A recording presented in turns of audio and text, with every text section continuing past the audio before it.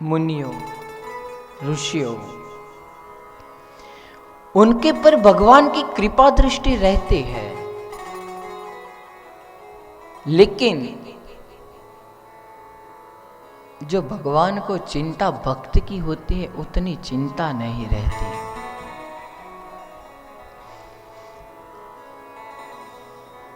हर पल में भगवान को अपने भक्त की चिंता होती है। हर हाल में जैसे अपने पिता को, अपने माता को बच्चे का ख्याल रखने की एक चेष्टा रहती है, एक भाव रहता है, एक प्रेम रहता है।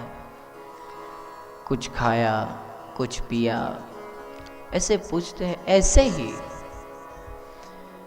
भगवान ठाकुर जी अपने भक्तों पर सतत कृपा बरसाते रहते हैं। वैसे ही कृपा क्या है, कृपा दृष्टि क्या है? कल मैंने उपनिषद का एक ऋचा का गान किया था। जो हर हाल में आनंद रहना सीख ले, वही भगवान की कृपा है। क्योंकि कली काल के अंदर इतना कष्ट है मनुष्य को, जहां भी जाए वहां बस कंटक ही कंटक रहता है। कांटों का ही आसन उसको भुगतना पड़ता है।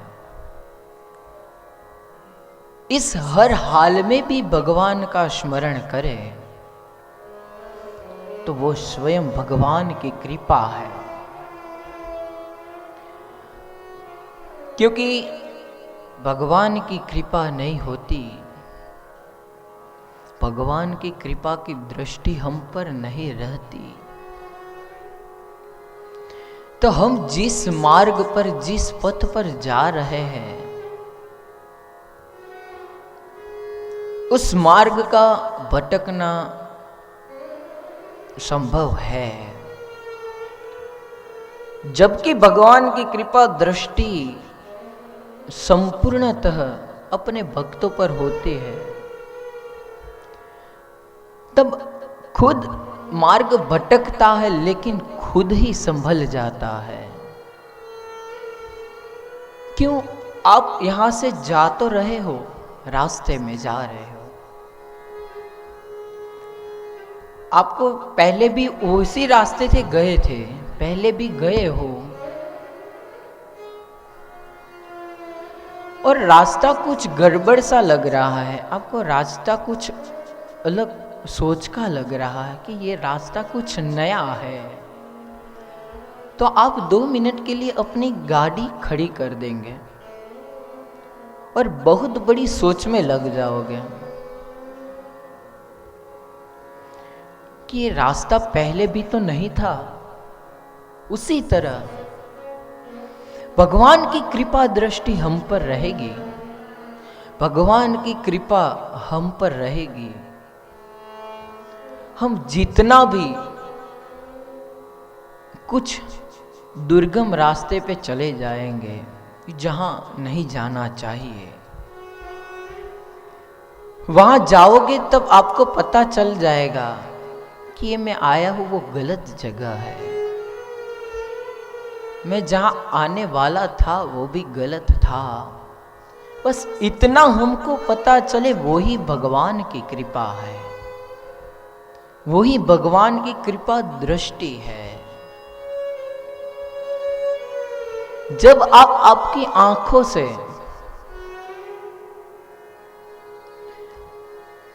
कोई पाप होते हुए देखो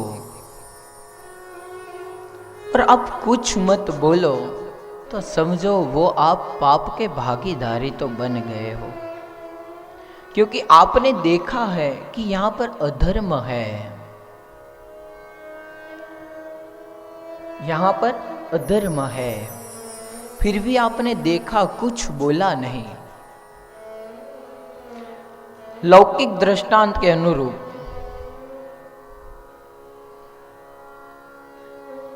आपका ही खेत है, आपकी कुछ जगह है और आपके घर के अंदर या खेत के अंदर कुछ कीमती सामान है जो आपको हर रोज जरूरी होता है। आपने कुछ दो व्यक्ति को वहां पर रखा है कि ये देखभाल करो, ये सब कर लो, और वो व्यक्ति दो जो रहते हैं उनको पता है कि ये जो आपकी वस्तु यहां पर पड़ी है वो आपको हर रोज जरूरत पड़ती है,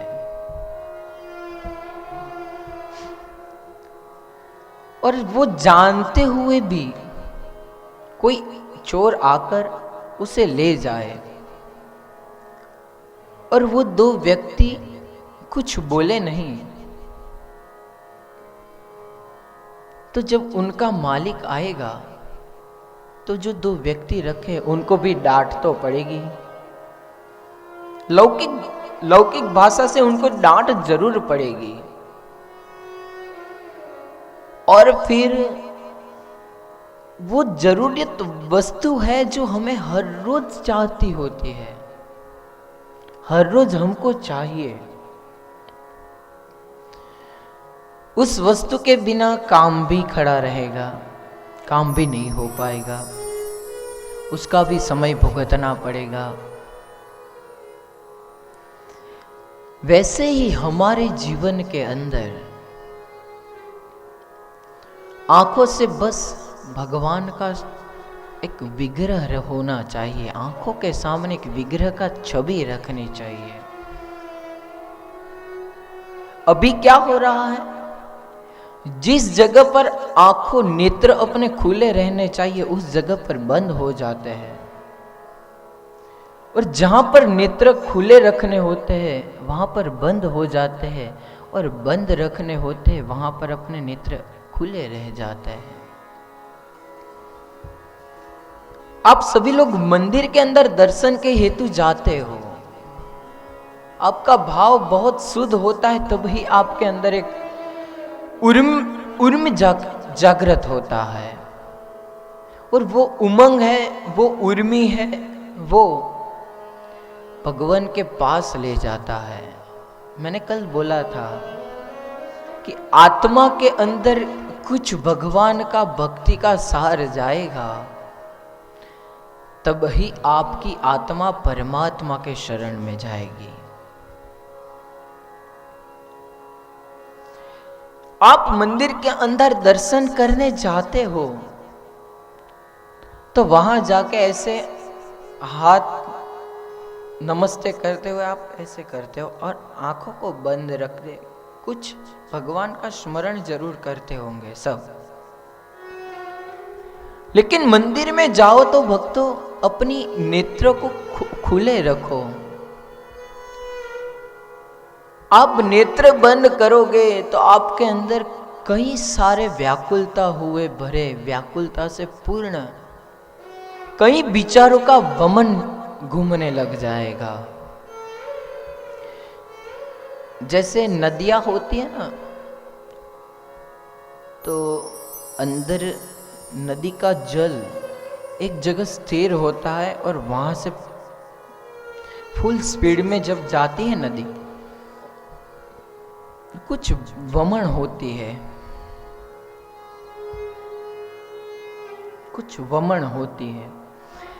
जितना भी जैसा भी तरवैया रहेगा वो उसके अंदर जाएगा, वो समझो बात ही खत्म हो जाएगी। उसी तरह जब हम मंदिर में जाते हैं ना भक्तों, तो आंखों को बंद मत किया करो, आंखों से पूर्णतः भगवान का स्वरूप का आह्लादक आनंद लिया करो। आपकी आंखें खुली रहेगी तभी आपको पता चलेगा कि भवसागर के अंदर कितना माया है, कितना भाव है, कितना छल है, कितना अभिमान है, कितना लोभ है, कितना दंभ है। तभी आपको पता चलेगा। एक बार ऐसे ही संसारी जीव हर रोज प्रभु के शरण में जाता था, अपने गुरु के चरण में जाके हर रोज गुरु की सेवा करता था। तो गुरु का सत्संग वो दिन प्रतिदिन सत्संग को श्रवण करता था और अपने हृदय के अंदर बस गुरु की भावों को, गुरु के जो बोले है, गुरु ने जो किया है, उसका ही स्मरण करता रहता था दिन प्रतिदिन, क्षण प्रति क्षण। तब एक बार गुरु की सेवा करते करते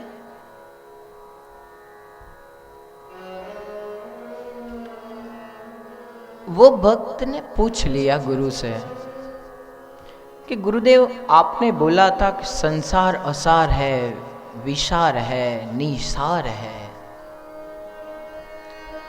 भव का संसार असार है, निसार है, विसार है। मीन्स कुछ सारों वाला नहीं है, कुछ सार नहीं है संसार के अंदर। तो भगवंत, मेरी पत्नी इतनी मुझे प्रेम करती है, इतना ही मुझे भगवान के प्रति, भक्त के प्रति मुझे भाव प्रकट करती है, तो वो आपने बोला कि संसार क्यों असार है, संसार क्यों विसार है, निसार है। जिसको भी ऐसी पत्नी मिल जाए तो उसका तो भव बेड़ा पार ही है ना गुरुदेव। तब गुरुजी ने बहुत अच्छा किया कि बेटा, तुम्हारी पत्नी जो है तुमसे बहुत ही प्यार करती है क्या? बोले हाँ गुरुदेव, करती तो है। बहुत ही देखभाल करती है क्या? हाँ भगवान, करती भी है। तो गुरुदेव ने सोचा कि ये सब करती है तुम्हारे लिए, उनके प्रति तुम्हारा भाव निस्वार्थ है, तो क्या तुम इसकी परीक्षा ले सकते हो? तो वो भक्त बहुत गुरु आश्रित था, गुरु आज्ञांकित था। तो भक्त ने सहज से बोल दिया, गुरुदेव क्यों नहीं, परीक्षा तो मैं करूंगा, आप बताओ। गुरु के शरण में था तो भक्त को कोई चिंता नहीं थी। गुरु के आश्रित था, भक्त को कोई चिंता नहीं थी। गुरुदेव ने बहुत सुंदर युक्ति बताई, क्योंकि गुरु का देह, गुरु का संदेह पूर्णतः भक्त को राह दर्शक बनकर, पथी बनकर परमात्मा के चरण में जाओ, कैसे जाओ वो सब बताना गुरु का फर्ज है, गुरु का कर्म है। गुरु के पास आप जाओ,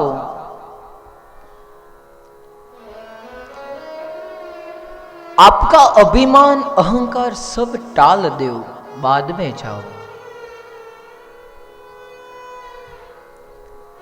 क्योंकि भक्तों, आपका अभिमान रहेगा ना तो आप गुरु की दृष्टि से, जिस दृष्टि से आपको देखना चाहिए गुरु को, वो आप नहीं देख पाओगे। क्योंकि वो अभिमान आंखों से अपने शरीर के अंदर है, मन से अपने शरीर के अंदर व्याप रहा है।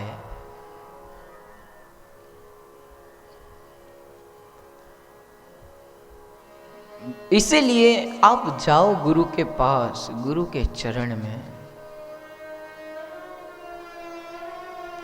तब ऐसे मत जाओ,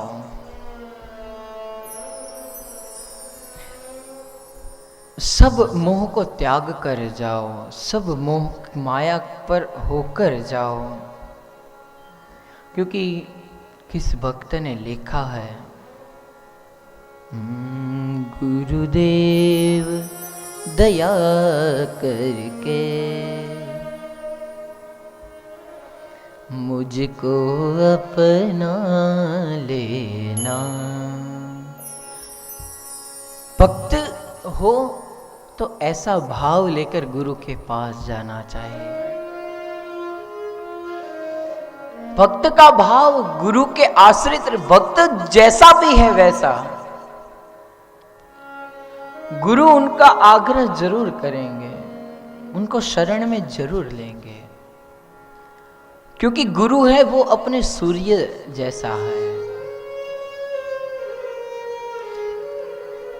सूरज जब सुबह में निकलता है, सूर्य देव का आगमन होता है, धनिक से धनिक और दिन से दिन होता है, तब सभी पर एक ही प्रकाश, एक ही छाया बिखराता है।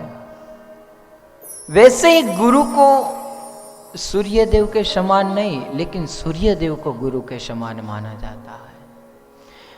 गुरु का व्याप स्वयं भगवान कृष्ण ने दिया है। गुरु का व्याप जो अंधकार से प्रकाश की ओर खींचता है, गुरु का व्यास अधर्म से धर्म की ओर खींचता है, गुरु का व्याप अकर्म से कर्म बीच खींचता है, वही सच्चा गुरु रहता है। और उनके चरण में जाओ तो हमें क्या प्रार्थना करनी है? गुरुदेव दया करके मुझको अपना लेना। मैं शरण पड़ा तेरे चरणों से लगा देना। गुरुदेव दया करके मुझको अपना लेना। गुरुदेव दया करके मुझको अपना लेना। मैं शरण पड़ा तेरे हम पर तू कृपा करना। गुरुदेव दया करके मुझको अपना लेना।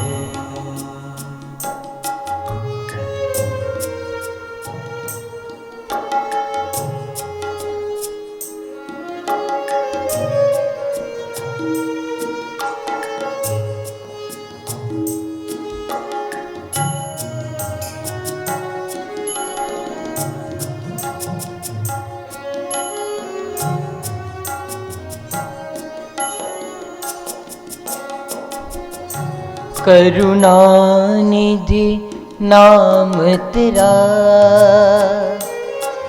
करुणा दिखलावो तुम।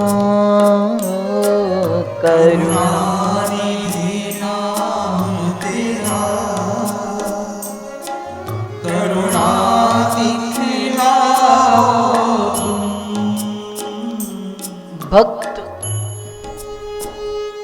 अपने गुरु के चरण में जाता है, पर गुरु आपने पढ़ा होगा लघु और गुरु। लघु यानी छोटा, उसकी कुछ सीमा सीमित होती है। जो लघु होता है वो छोटा होता है, उसकी कुछ सीमा फिक्स रहती है, नियत की हुई रहती है। लेकिन गुरु, उनकी कोई सीमा नहीं है, कोई सीमा नियत नहीं की है। इसीलिए भक्त गाता है करुणा निधि नाम तेरा, करुणा दिखलाओ तुम, करुणा निधि नाम तेरा, जय हो गुरुदेव। करुणा दिखलाओ सोए हुए भाग्य को हे नाथ जगाओ तुम, सोए हुए भाग्यों को हे नाथ जगाओ तुम, मेरी नाव भंवर डोले इसे पार लगा देना, गुरुदेव दया करके, गुरुदेव अपनाए गुरुजी, गुरुदेव दया करके दया करो, मुझको अपनाए। जय जय गुरुदेव, जय जय गुरुदेव, जय जय गुरुदेव, जय जय गुरुदेव, जय जय गुरुदेव, जय जय गुरुदेव, जय जय गुरुदेव, जय जय गुरुदेव, कृपा गुरुदेव, दया गुरुदेव, जय जय गुरुदेव, जय जय गुरुदेव, जय जय गुरुदेव, जय जय गुरुदेव, जय जय गुरुदेव। ऐसे गुरु के पास जाते हैं, अपने सोए हुए भाग्य को भी जगाना हो तो गुरु के पास जाना चाहिए, ऐसा भक्त का भाव होता है। जब भाग्य में होता है ना, तभी ऐसे गुरु का संग, गुरुमुख वाणी का श्रवण, तभी हम पतित को प्राप्त होता है भक्तों। वो तो क्या है, गुरु एक सुख दुख की परिभाषा बताते हैं कि बेटा सुख क्या है, दुख क्या है, उनकी परिभाषा दिखाता है। गुरु अपने चरणों से नहीं लगाता, गुरु भक्तों को भगवान के चरणों में लगाता है। ऐसे है कि हमारे पास ये एक आधुनिक यंत्र मोबाइल है, सामने जो व्यक्ति को हमको संपर्क करना है उनके पास भी फोन है, मोबाइल है। आपके पास मोबाइल है, जिसको आप संपर्क करना चाहते हैं उनके पास भी आधुनिक यंत्र मोबाइल है, और बीच का माध्यम है वो कौन, नेटवर्क। वो नेटवर्क नहीं रहेगा तो समझो भक्तों आप कितना भी फोन करोगे उनको लगेगा नहीं। ये लौकिकता की दृष्टि से देखो, वैसे ही हमको डायरेक्ट भगवान को प्राप्त करना हो तो डायरेक्ट भगवान ऐसे नहीं मिलेंगे, और भगवान की प्राप्ति डायरेक्ट करनी हो सीधे अपने स्व खर्च से, जैसे यहाँ पर नेटवर्क काम करता है उतना काम आपको खुद को करना पड़ेगा। जबकि गुरु के शरण में जाते हो, गुरु एक माध्यम बनकर प्रभु के द्वार का मार्ग दिखाते हैं।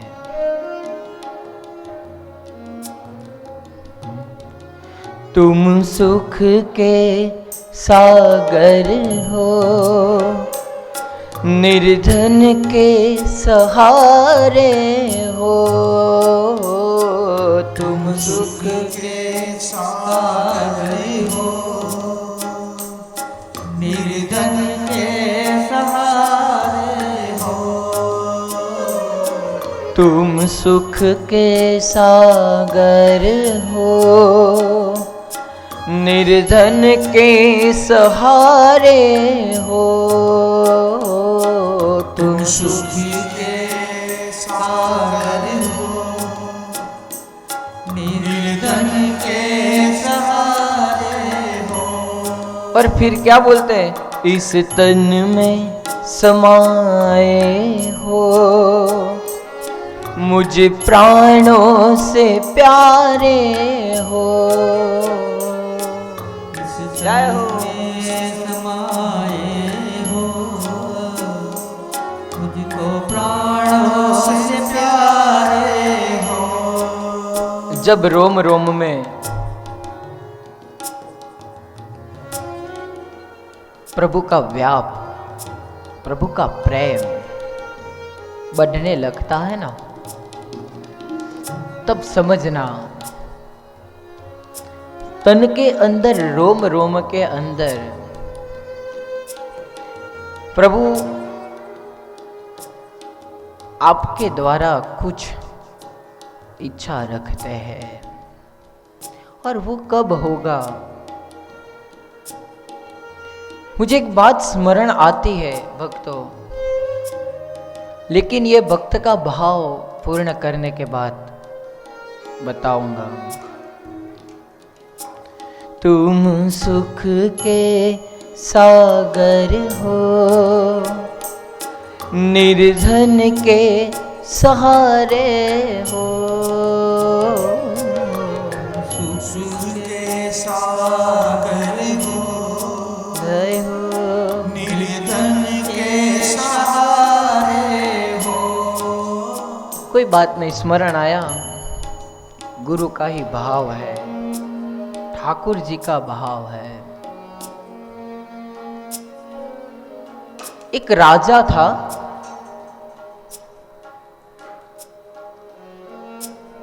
वो राजा अचिंत्य नामक था, उनका नाम ही अचिंत्य था। वो प्रभु का इतना भक्तिमय लीन था कि हर रोज अपने राज्य के अंदर पूर्णतः ऐसा भाव लेके बैठा था कि हर रोज मेरे ठाकुर जी मेरे राज के अंदर आते हैं और मुझे आशीर्वाद देते हैं। वो राजा क्या करता था? राज सिंहासन पर ठाकुर जी की छवि रखता था और वो उनके चरणों में बैठते थे। राजा उनकी रानी भी पूर्णतः भक्तिमय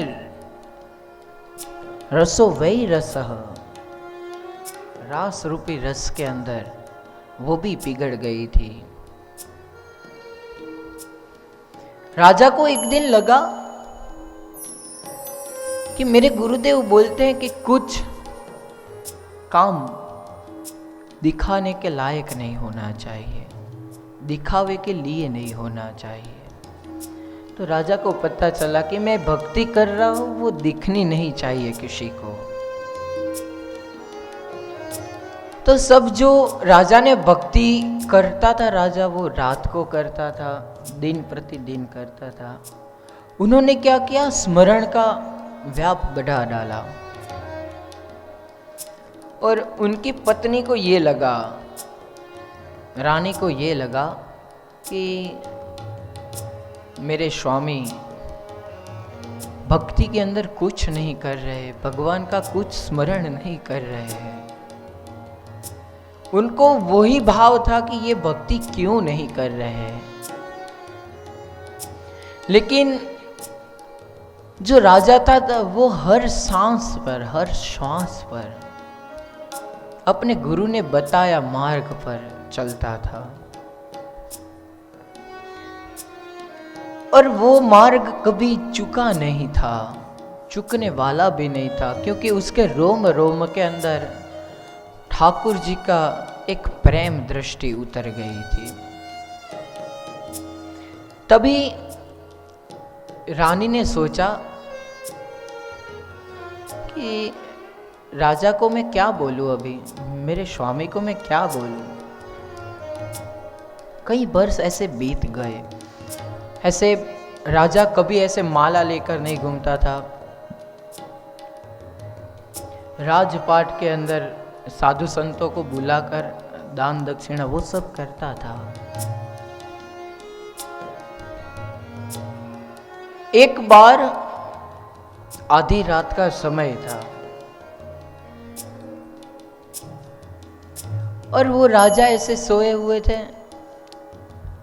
रानी जी ने सोचा कि अभी ठाकुर जी का शयन कराकर मैं जाऊं अपने कमरे में, अपने कक्ष में।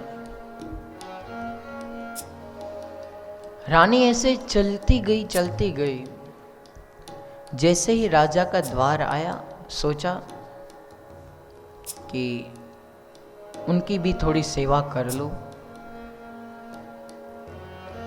तो वो ऐसे स्मरण करने में वो भी मग्न हो गई। वो भी एक ठाकुर की परम वैष्णव थी, बहुत अच्छी भक्ति करते थे, वो भी निष्काम भक्ति करते थे। भक्ति का प्रकार है सकाम और निष्काम। सकाम भक्ति से कुछ पाया नहीं जाता और निष्काम भक्ति से कुछ खोया नहीं जा सकता। सकाम भक्ति रहती है, ऐसे सकाम भक्ति से आप प्रभु के द्वार जाओगे और बोलोगे प्रभु मुझे ये चाहिए, मुझे वो चाहिए। प्रभु इतना ही देंगे जितना आप मांगोगे। लेकिन जो निष्काम भाव से आप भजोगे तो प्रभु संपूर्ण दे देंगे जो आप नहीं मांगते। और फिर जब भगवान, आप सकाम भक्ति से गए हो, भगवान आपकी भक्ति को पूर्ण करते हैं, आपकी कामना मनोकामना सिद्ध करते हैं। और फिर भगवान ने दे दिया और फिर वो भगवान के पास जाती है ना, तो भगवान को बोलते हैं प्रभु आपने तो ये दे दिया, वो दे दिया, अब ये दे दो, वो दे दो। तब भगवान भक्त को बोलते हैं कि मुझे तुझे देना था सिंधु, पूरा सिंधु देना था, लेकिन तूने मांग लिया कुछ बिंदु। ये सकाम भक्ति है। भक्तों हर हमेश भगवान के पास जाओ तो सकाम भक्ति लेकर मत जाओ, निष्काम भक्ति का मार्ग अपनाओ। मेरे पिताजी कहते हैं